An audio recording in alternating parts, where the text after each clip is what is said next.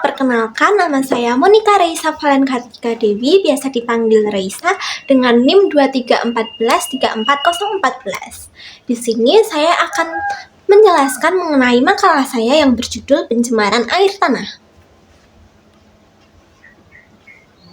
Air sebagai penopang utama kehidupan saat ini telah mengalami masalah yang serius, di mana Direktur Pengembangan Air Minum, M. Zakaria, menyatakan keprihatinannya terhadap layanan air bersih nasional yang hanya mencapai 26%, sehingga meninggalkan 74% penduduk Indonesia tanpa akses air bersih yang memadai. Untuk rumusan masalahnya, pada makalah ini terdiri dari dua, yaitu mengapa pencemaran air tanah dapat terjadi dan bagaimana cara mengatasi pencemaran air tanah. Sehingga tujuan yang akan dicapai dalam makalah ini yaitu menjelaskan penyebab pencemaran air tanah dan menjelaskan cara mengatasi pencemaran air tanah.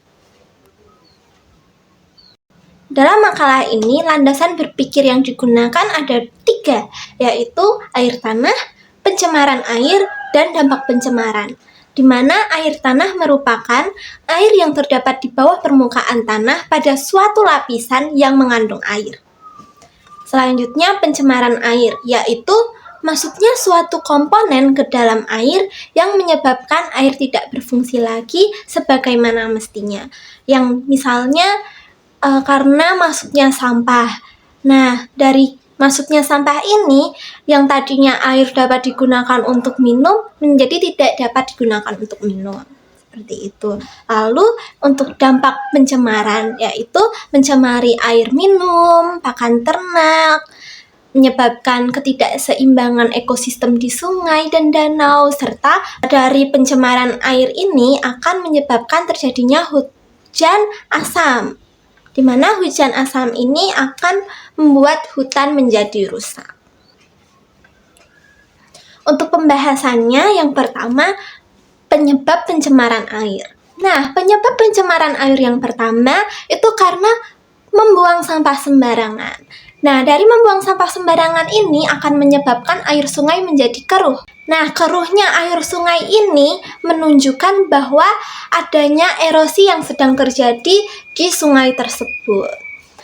Selain itu, dari membuang sampah akan membuat air dari sungai atau danau itu tercemar dan tidak dapat dikonsumsi kembali atau kita gunakan sebagaimana mestinya.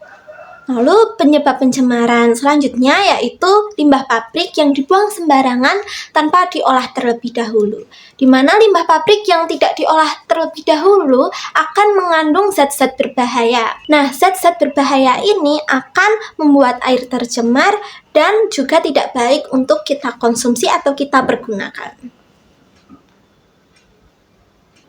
Lalu penyebab pencemaran air selanjutnya yaitu perusakan hutan, contohnya penebangan liar. Nah, sampah-sampah dari sisa pemotongan kayu itu biasanya dibuang ke area sekitar. Nah, kalau misalnya area sekitarnya itu adalah sungai, mereka buang di situ, maka air yang ada di sungai tersebut akan menjadi tidak bersih, lalu mengganggu ekosistem di perairan tersebut. Dan selain itu, dari melakukan perusakan hutan ini dapat membuat tumbuhan yang berada di sana menjadi rusak dan mengganggu kelestariannya. Lalu penyebab pencemaran air yang terakhir yaitu peternakan. Nah, dari limbah peternakan ini akan membuat air menjadi keruh dan akan membuat air terkontaminasi oleh kotoran bahkan bakteri. Nah, dari limbah-limbah peternakan itu biasanya terkandung bakteri. Nah, bakteri ini kalau sudah tercampur dengan air, maka air tersebut tidak baik untuk kita gunakan kembali. Pembahasan selanjutnya yaitu cara mengatasi pencemaran. Yang pertama, yaitu dengan membuang sampah pada tempatnya. Hal ini dilakukan agar sampah dapat dikelola dengan mudah. Jadi kalau kita membuang sampah kertas, ya kita buang di tempat pembuangan sampah kertas. Lalu untuk sampah plastik, kita buang di sampah plastik, dan sebagainya. Nah, cara mengatasi pencemaran selanjutnya yaitu dengan mengolah limbah sebelum dibuang. Dengan kita mengolah limbah sebelum dibuang ini akan mengurangi kandungan zat berbahaya yang terkandung dalam limbah sebelumnya. Lalu selanjutnya dengan menggunakan bahan yang ramah lingkungan. Dengan kita menggunakan bahan yang ramah lingkungan ini, maka bahan-bahan tersebut jika sudah tidak kita gunakan kembali akan gampang terurai dan mengurangi sampah-sampah di bumi. Lalu cara terakhir yaitu dengan rutin membersihkan sumber air, misalnya kran, sanyo, sumur. Itu kalau kotor ya dibersihkan agar air tidak tercemar dan kotor. Jadi kesimpulan yang dapat diambil yaitu penyebab pencemaran air ada sampah, pembuangan limbah pabrik tanpa diolah, perusakan hutan, serta limbah peternakan dan perikanan yang dibuang sembarangan. Lalu selanjutnya cara mengatasi. Nah, cara mengatasi pencemaran itu dengan tidak membuang sampah sembarangan, mengolah limbah sebelum dibuang, menggunakan bahan yang ramah lingkungan, serta membersihkan daerah yang menjadi sumber air. Untuk saran, pencemaran air sudah menjadi tanggung jawab kita bersama, sehingga perubahan perilaku dan tindakan nyata dalam pengolahan limbah dan sampah merupakan kunci untuk menciptakan lingkungan yang bersih dan sehat. Untuk referensi yang saya gunakan, yang pertama ada Askari 2015. Referensi ini saya gunakan pada bagian pembahasan mengenai cara mengatasi pencemaran. Lalu referensi dari Indonesia PR 1990 ini saya gunakan pada bagian landasan berpikir mengenai pencemaran air. Lalu referensi selanjutnya dari Kementerian PUPR, ini saya gunakan untuk memperkuat pendahuluan pada makalah ini.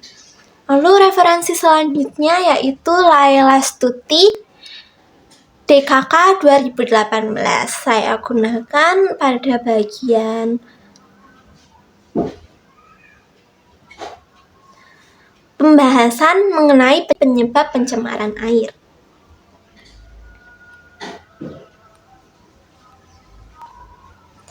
Lalu referensi selanjutnya yaitu Purwanto 2011. Itu saya gunakan pada bagian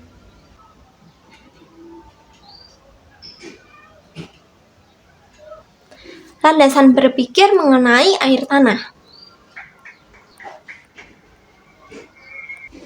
Lalu referensi yang terakhir yaitu dari Warlina 2004. Referensi ini saya gunakan pada bagian landasan berpikir mengenai dampak pencemaran.